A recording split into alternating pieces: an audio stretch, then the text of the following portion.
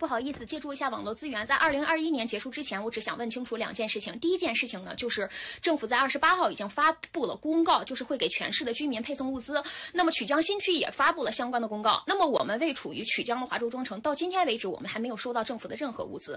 其实我觉得啊，这个免费的收费的这个事情不重要，重要的是什么？是在发布会屡次强调西安物资充足的情况下，为什么这么多的物资到不了居民的手中呢？那么西安政府如何去解决配送的问题呢？如何去确保全市居民的生活问题呢？我现在手机群里头已经看不到所谓的工作群，看不到所谓的娃的这个什么教育辅导群，看不到家庭成员群，能看到的是什么？就是抢菜的、抢肉的、抢油的、抢米的、抢面的，每天从睁眼开始到闭眼，不是在抢菜就是在抢各种东西。那么抢还不一定能抢上。那我觉得在疫情之下，这是一个解决民生问题的办法吗？这是第一件事情。第二件事情就是因为我今天看了一个视频，我觉得特别的心酸跟难受。我看着这个护城河边有很多流浪的人，还有在西安务工的人，无家可归。我们还有地方住，还可以在家里头住，家里头还有着暖气。那么这么冷的天，这些务工人员全部都在马路上，也没有人管他们。我看着有回民间的一些友善的商人在为他们